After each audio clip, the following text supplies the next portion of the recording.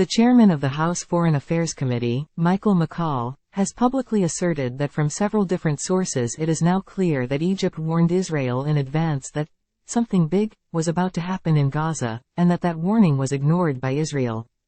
Time equals 400 ms. Greater than more on this can be found here. Egypt warned Israel 3 days before Hamas massacre. U.S. Congressman, Jerusalem Post, October 11, 2023.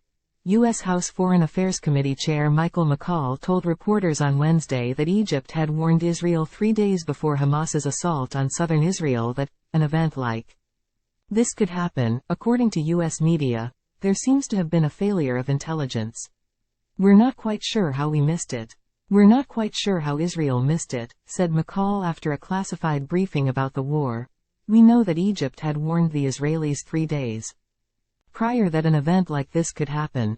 We know this event was planned perhaps as long as a year ago," added the House Foreign Affairs Chair.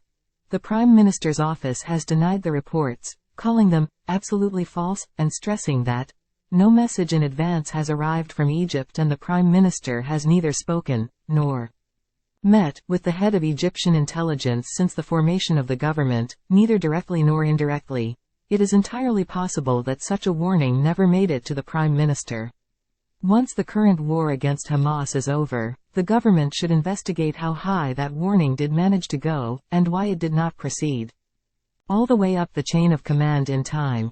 Egypt will certainly have to deny that it gave such a warning, lest the Palestinians use the fact of Egypt's attempt to share intelligence with Israel as a weapon against el-Sisi's government, with which Hamas has long been at odds, by portraying Cairo as a traitor to the Palestinian cause.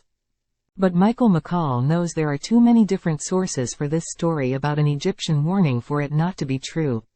El-Sisi's government, after all, has a vested information in helping Israel to foil any Hamas attack.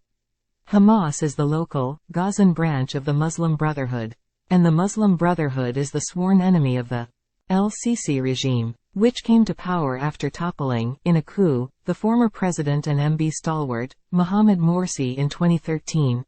In defense of the Israeli government, it could be argued that the warning was too vague to be of much value. But is that true? If you, Prime Minister Netanyahu, or IDF Chief Herzi Halevi, or Mossad Director David Barnea, or those just below them, are told with a sense of great urgency, by the Egyptians, with whom you have been sharing, giving and receiving, intelligence for years, that something big is just about to happen in Gaza, wouldn't that at least cause a movement of troops and armored vehicles, and even tanks, from the center of the country to the border of Gaza? Time equals 400 ms. Greater than, of course, for the Israeli government to admit that it had received such warnings, but that they had never reached the highest echelon, will simply not do as an excuse. 1,200 dead Israelis are on everyone's mind. The popular fury over the government's failure to understand the significance of the Egyptian warning and to heed it, at the very least by moving a few thousand IDF troops to the border, might in the future be so great as to bring down the Netanyahu government. But that won't be until after the current campaign in Gaza is over, and when, with the country needing to figure out what went wrong, an independent inquiry is launched into the causes of this most colossal failure to detect, and derail early on, the murderous onslaught by Hamas.